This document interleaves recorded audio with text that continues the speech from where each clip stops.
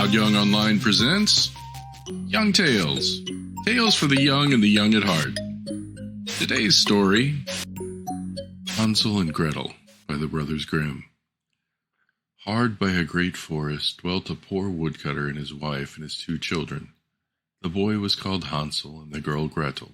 He had little to bite and to break, and once when the great scarcity fell on the land, he could no longer procure daily bread. Now, when he thought over this by the night in his bed and tossed about it in his anxiety, he groaned and said to his wife, "What is to become of us? How are we to feed our poor children when we no longer have anything even for ourselves?" "I'll tell you what, husband," answered the woman. "Early tomorrow morning we will take the children out into the forest to where it is the thickest. There we will light a fire for them and give each of them 1 piece of bread more. Then we will go to our work and leave them alone. They will not find the way home again, and we shall be rid of them." "No, wife," said the man, "I will not do that. How can I bear to leave my children alone in the forest? The wild animals would soon come and tear them to pieces."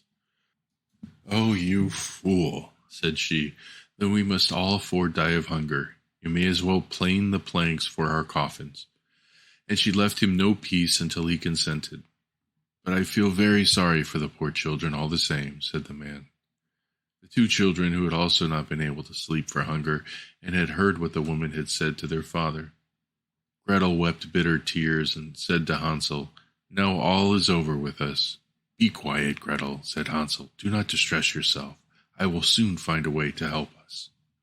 And when the old folk had fallen asleep, he got up, put on his little coat, opened the door below, and crept outside. The moon shone brightly, and the white pebbles which lay in front of the house glittered like real silver pennies. Hansel stooped and put as many of them in his little pocket of his coat as he could possibly get in. Then he went back and said to Gretel, "Be comforted, dear little sister, and sleep in peace. God will not forsake us." And he lay down again in his bed. When day dawned, but before the sun had risen, the woman came and awoke the 2 children, saying, "Get up, you sluggards. We are going into the forest to fetch wood." She gave each a little piece of bread and said, "There is something for your dinner, but do not eat it up before then, for you will get nothing else." Gretel took the bread under her apron, as Hansel had the stones in his pocket. Then they all set out together on the way to the forest. When they had walked a short time, Hansel stood still and peeped back, and did so again and again while he was throwing the white stone pebbles out one by one from his pocket onto the road. When they had reached the middle of the forest, the father said, "Now, children, pile up some wood, and I will light a fire that you may not be cold." Hansel and Gretel gathered brushwood together, as high as a little hill. The brushwood was lighted, and when the flames were burning very high, the woman said, "Now, children, lay yourselves down by the fire and rest. We will go into the forest and cut some wood. When we have done, we will come back and fetch you away." Hansel and Gretel sat by the fire, and when noon came, each ate a little piece of bread, and, as they heard the strokes of the wood axe, they believed that their father was near. It was, however, not the axe. It was a branch which he had fastened to a withered tree which the wind was blowing back and forth. And as they had been sitting such a long time, their eyes shut with fatigue, and they fell fast asleep. When at last they awoke, it was already dark night. Gretel began to cry and said, "How are we to get out of the forest now?" But Hansel comforted her and said, "Just wait a little until the moon is risen, and then we will soon find our way back." And when the moon had risen, Hansel took his little sister by the hand and followed the pebbles, which shone like newly coined silver pieces, and showed them the way. They walked the whole night long, and, by the break of day, came once more to their father's house. They knocked at the door, and when the woman opened it and saw that it was Hansel and Gretel, she said, "You naughty children, why have you slept so long in the forest? We thought you were never coming back at all." The father, however, rejoiced, for it had cut him to the heart to leave them behind alone. Not long afterward there was another famine in all parts, and the children heard their mother saying at night to their father, "Everything is eaten again. We have 1/2 loaf left, and after that there is an end. The children must go. We will take them farther into the wood so that they will not find their way out again. There is no other means of saving ourselves." The man's heart was heavy, and he thought, "It would be better for you to share the last mouthful with your children." The woman, however, would listen to nothing that he had to say, but scolded and reproached him. He who says A must say B likewise, and as he had yielded the first time, he had to do so again the second time.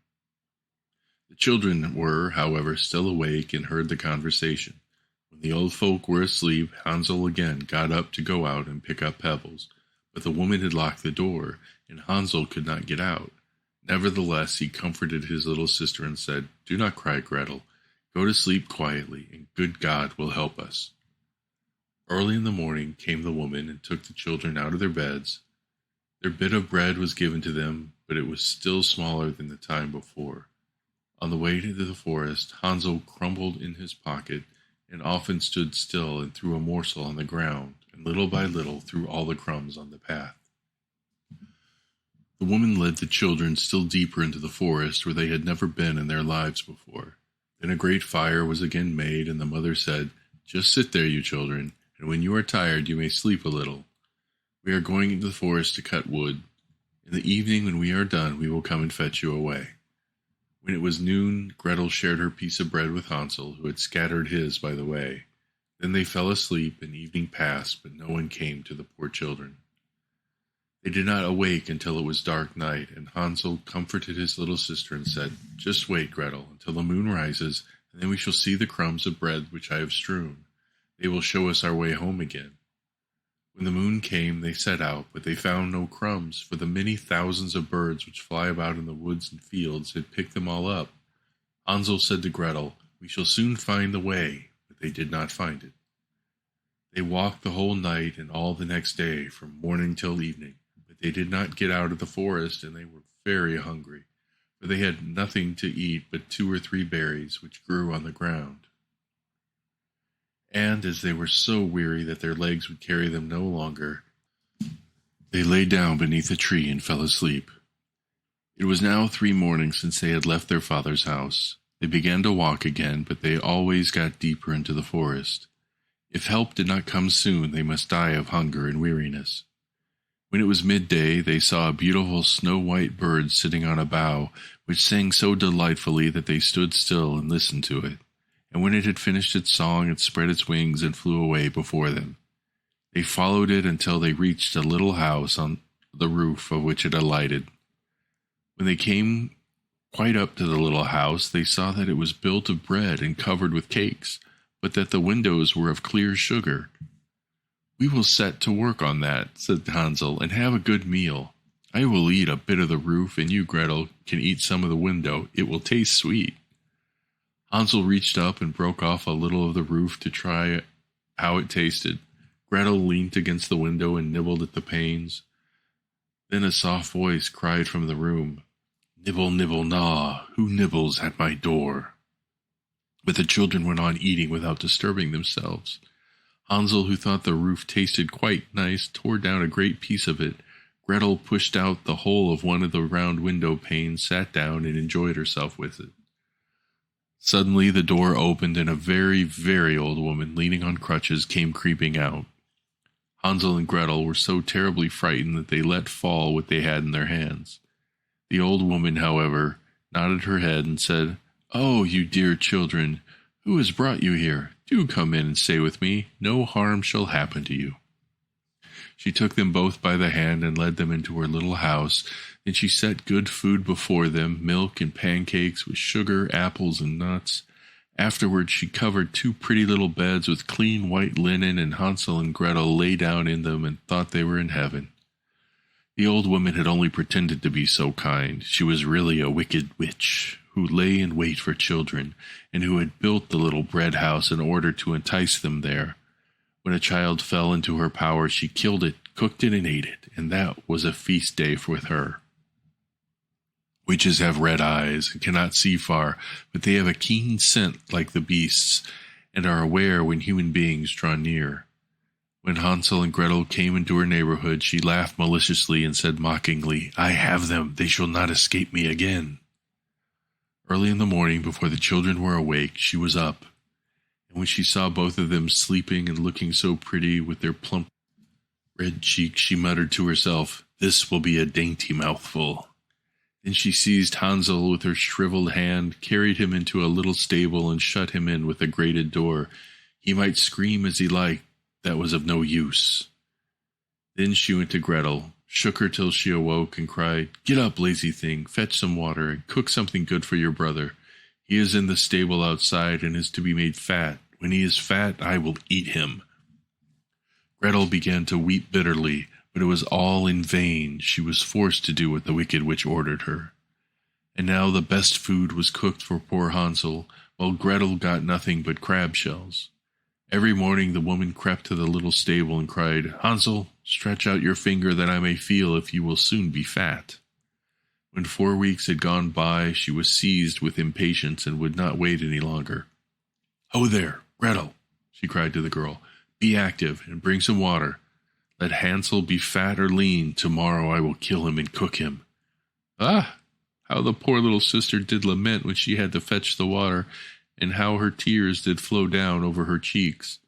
"Dear God, do help us," she cried. "If the wild beasts in the forest had but devoured us, we should at any rate have died together." "Just keep your noise to yourself," said the old woman. "All that won't help you at all." Early in the morning, Gretel had to go out and hang up the cauldron full of water and light the fire. "We will bake first," said the old woman. "I have already heated the oven and kneaded the dough." She pushed poor Gretel out to the oven, from which the flames of fire were darting. "Creep in," said the witch, "and see if it is properly heated, so that we can shut the bread in." And when once Gretel was inside, she intended to shut the oven and let her bake in it too, and then eat her too. But Gretel saw what the old woman had in mind and would not creep in. "Silly goose," said the old woman, "the door is big enough. Just look, I can get in it myself." And she crept up and thrust her head in. Then she fell over into the oven and was miserably burnt to death. Gretel, however, ran as quick as lightning to Hansel, opened his little stable, and cried, "Hansel, we are saved! The old witch is dead!" Then Hansel sprang out like a bird from his cage when the door is opened for it. How they did rejoice and embrace each other, and dance about and kiss each other. And as they had no longer any need to fear her, they went into the witch's house, and in every corner there stood chests full of pearls and jewels. "These are far better than pebbles," said Hansel, and thrust into his pockets whatever he could get in. And Gretel said, "I too will take something home with me," and filled her pinafore full. "But now we will go away," said Hansel, "that we might get out of the witch's forest." When they had walked for 2 hours, they came to a great piece of water. "We cannot get over," said Hansel. "I see no foot-plank and no bridge." "And no boat crosses either," answered Gretel, "but a white duck is swimming. If I ask her, she will help us over." Then she cried, little duck, dost thou see? Hansel and Gretel are waiting for thee. There's never a plank nor a bridge in sight. Take us across on thy back so white." The duck came to them, and Hansel seated himself on her back, and told his sister to sit by him. "No," replied Gretel, "that will be too heavy for the little duck. She shall take us across one after the other." The good little duck did so, and when they were once safely across and had walked for a short time, the forest seemed to be more and more familiar to them. At length they saw from afar their father's house. Then they began to run, rushed into the parlor, and threw themselves into their father's arms. The man had not known one happy hour since he had left the children in the forest. The woman, however, was dead. Gretel emptied her pinafore until pearls and precious stones ran about the room, and Hansel threw one handful after another out of his pocket to add to them. Then all trouble was at an end, and they lived together in perfect happiness. My tale is done. There runs a mouse. Whoever catches it may make him a big, big fur cap out of it. The end. Young Tales is produced and narrated by Todd Young from Todd Young Online. If you enjoyed this, please like and subscribe, and join us next time for another story. Thank you for your support.